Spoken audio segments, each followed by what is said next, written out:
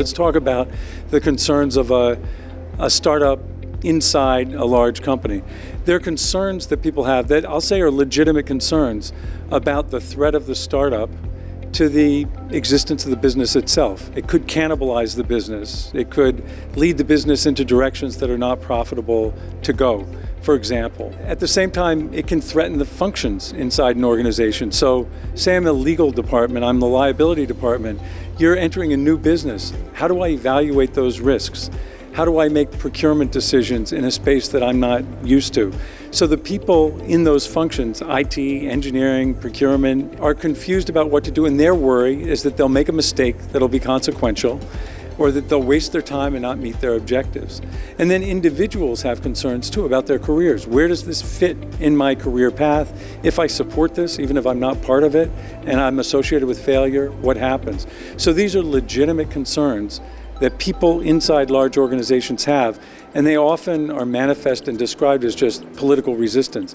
In fact, they're issues you can isolate, and there are ways you can address each one of them. And that's what I'm excited about, finding and implementing those ways. And I know you can, because I've made it work to launch 5 companies at Goodyear. I think it's possible for large companies to manage the risks associated with lean startup.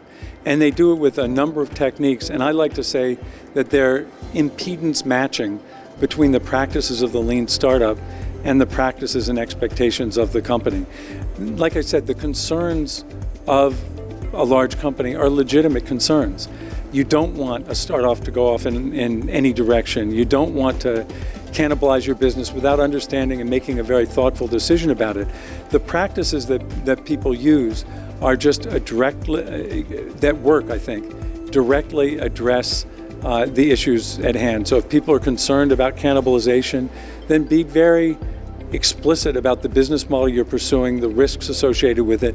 Do a lot of experiments that show the impact of the new business on the existing business, and then you can negotiate from a position of facts.